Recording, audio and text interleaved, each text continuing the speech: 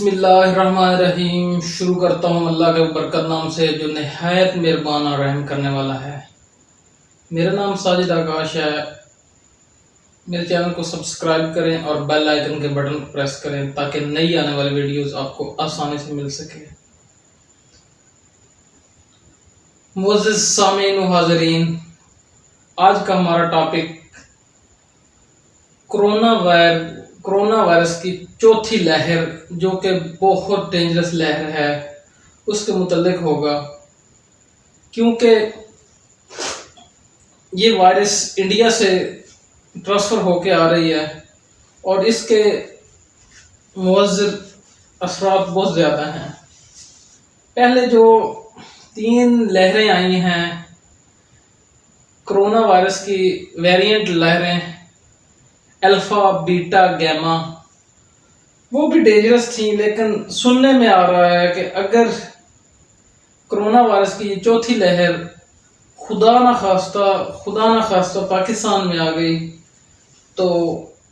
بہت زیادہ نقصان ہوگا، اور ہم اس قدر متحمل نہیں ہیں کہ ہم اپنے وطن عزیز کو اس بیماری کے باوجود سنبھال سکیں، اور ہمارے پاس اتنے وینٹیلیٹر نہیں ہیں۔ اگر یہ وائرس جیسے انڈیا میں اس نے تباہی پھیلائی ہے ایسے ہی اس نے تباہی پھیلائی پاکستان میں تو بہت بڑا نقصان ہوگا۔ تو ہمیں اس سے بچنے کے لیے یہ جو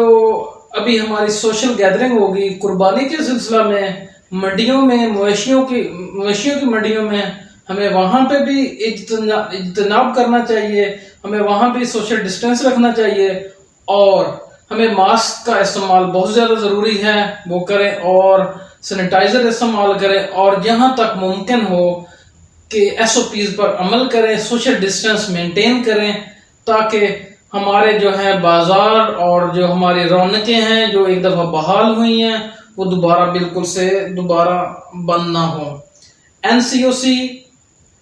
کے احکامات پر اگر ہم نے عمل کیا تو یہ پھر دوبارہ ایک دفعہ ہمیں لاک ڈاؤن کی طرف جانا پڑے گا، جو کہ پاکستان کے لیے بہت زیادہ ڈینجرس ہو سکتا ہے۔